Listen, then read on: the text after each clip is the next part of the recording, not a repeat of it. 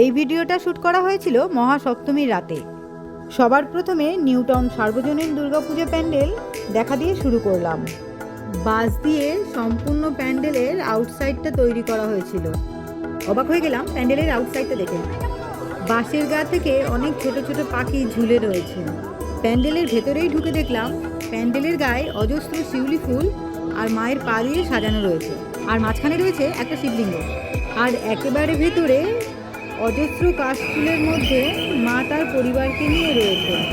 এবছর প্যান্ডেলটা সোশ্যাল মিডিয়ায় খুব ভাইরাল হয়েছিল, এখন বুঝেছি কেন। আমার তো প্যান্ডেল এবং ঠাকুর উভয়ই খুব ভালো লেগেছে। আপনাদের কেমন লেগেছে কমেন্টে জানাবেন। 1.5-2 ঘন্টা ভিড় ঠেলে যখন প্যান্ডেলের ভেতরে এসে দাঁড়ালাম, তখন সেখানে 1.5-2 মিনিটে দাঁড়াতে দেয়নি। এদের আন্তরিকতা, সাদর আমন্ত্রণের সাথে আমাকে এবং আরও কয়েকজনকে যখন মঞ্চে রাখা হলো,